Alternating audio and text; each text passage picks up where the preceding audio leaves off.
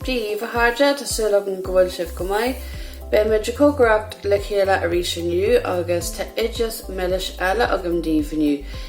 Tá sé lean le siúcra agus le seachleid mar sin ní bhéadú géir seo a ihe gach lá, ach tá sé go héantach le haid ócáid specialte. An rud atá gceist na Carraigeáin, agus spéigílam agus feicimiid go dé mar a dhéanamid é. Seo iad do comhabhar atá í leis an oideas seo a dhéanamh. Seachleid scaratha, seachleid run, siúcra roáin, cróanna, lábhacháin, briscí ceascannatha, sirabór agus tradara bacala.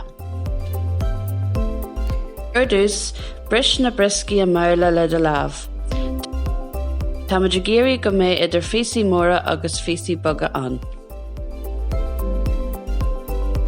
Gar na cróanna agus cur isteach.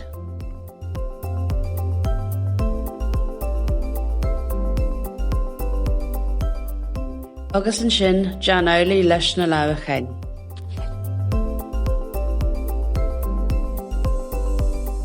Anois, más go gach eile rud le chéile.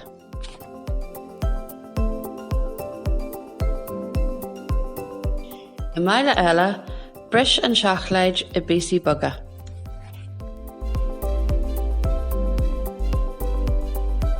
Agus cur an tim agus an syrup ar an sórin ar teas measara íseal.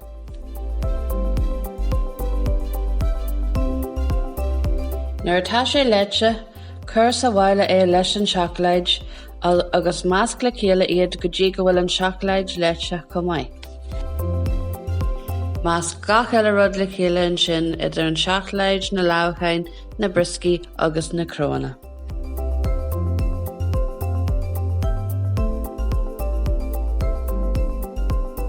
Ar a maithar an tradara é, agus dean cinse go bhfuil gach cáine linkta, ach ní ga é a bhrú síos mór an.